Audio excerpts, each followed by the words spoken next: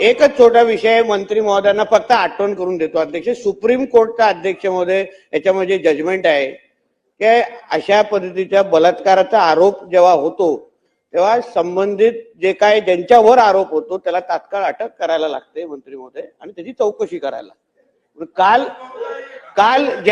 काल अध्यक्ष महोदय दिशा साल्यांच्या वडिलांनी सतीश साल्यांनी जे काय आरोप केलेले आहेत, माझं म्हणणं आहे की अन्य लोकांना एक कायदा लागतो ना अध्यक्ष महोदय, करावा ना अध्यक्ष महोदय, एवढीच विनंती आहे, करा तुम्ही.